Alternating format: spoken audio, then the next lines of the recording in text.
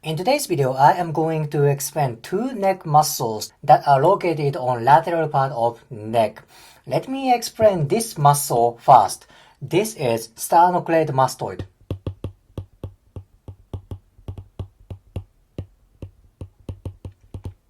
Oh my gosh, it's so long name. But if you divide its terminology, it's easy to memorize its location. What is sterno? Sterno indicates sternum, right here. Cleido indicates clavicle, right here. Then, where's mastoid? Mastoid is here. Mastoid process. It attaches to sternum, clavicle, and mastoid process. Thus, this muscle is sternocleidomastoid. This is on lateral part of neck. Let me change angle of picture. This is it. This is sternocleidomastoid. This is anterior view. It's on lateral part of neck, right? Thus, when this muscle gets tight, it's hard to go to side bend, to the opposite side, okay? This is left side sternocleidomastoid.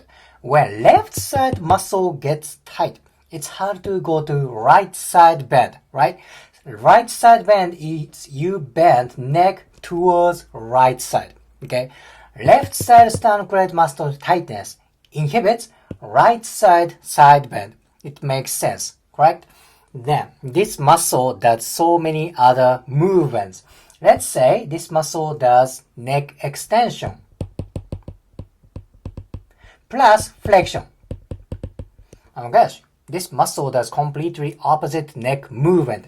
How come? Because of orientation of muscle fiber, this muscle can do extension or flexion depends on angle of cervical spines or head position.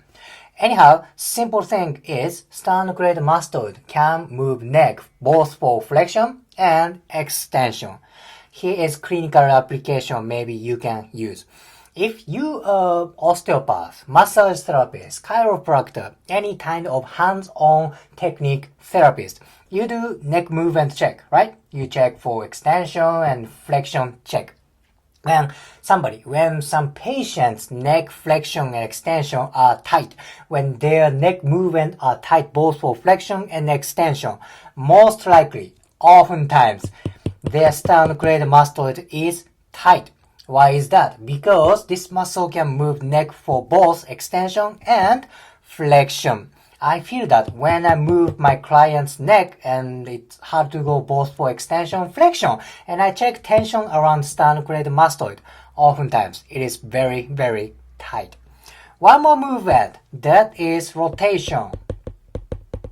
Rotation, yep, it can do rotation. It is contralateral rotation.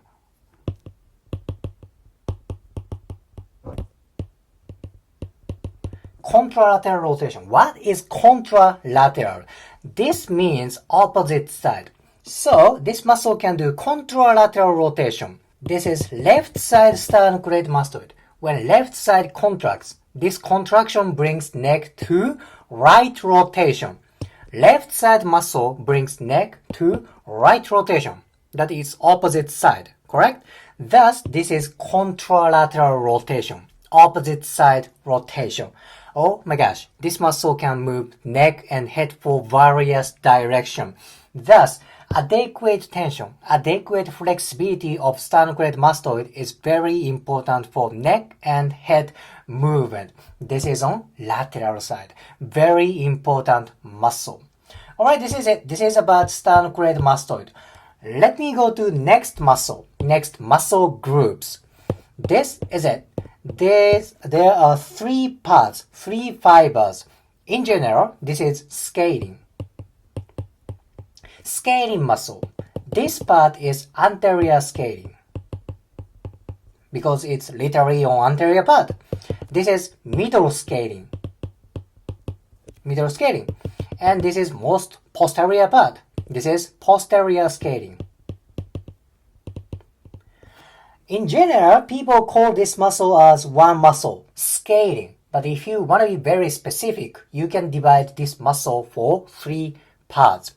What is function of scaling? There are two main functions. One function is side bend.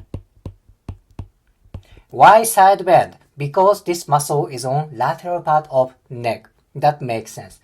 Plus, because this muscle attached to rib cage. You see that? Because these guys attached to rib cage, that can elevate rib cage. Elevation.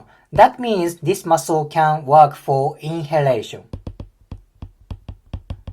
Inhalation, breathing in. These muscles elevate rib cage. This is very important thing. I will talk more about this thing later.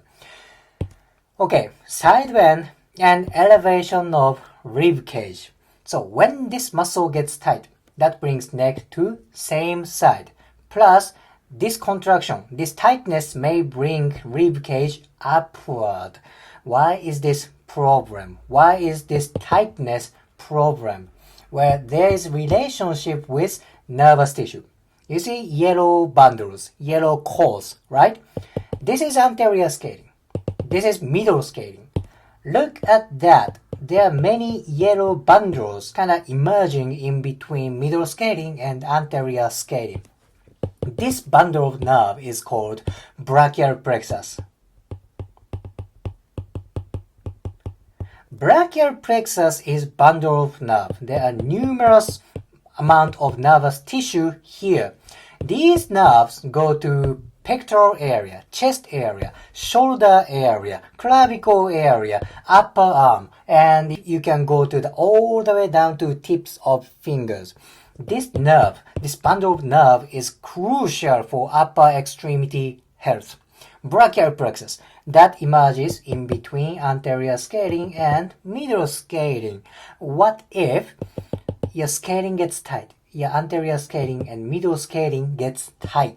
There can be impingement here, impingement for brachial plexus. If this nerve tissue gets impingement, that is huge problem.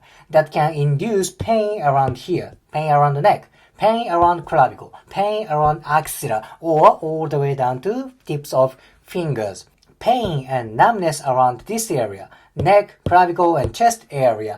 This symptom is called thoracic outlet syndrome.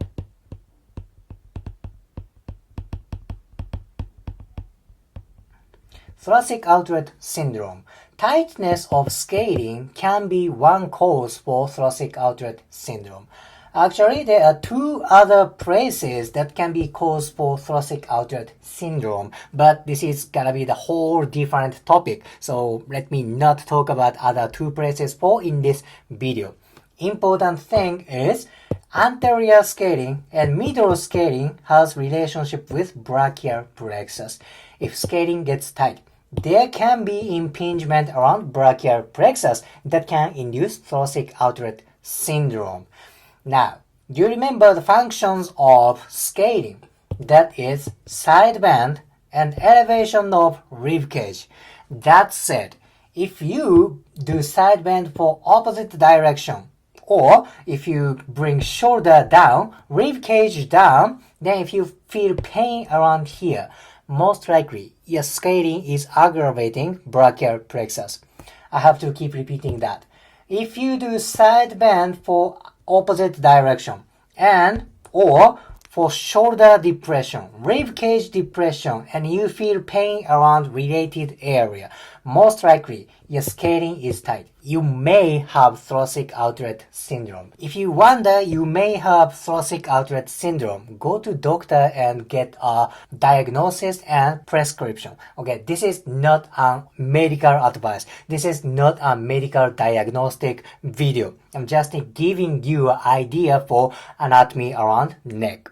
If you liked today's video, please hit the like button, comment, and subscribe. See you next video.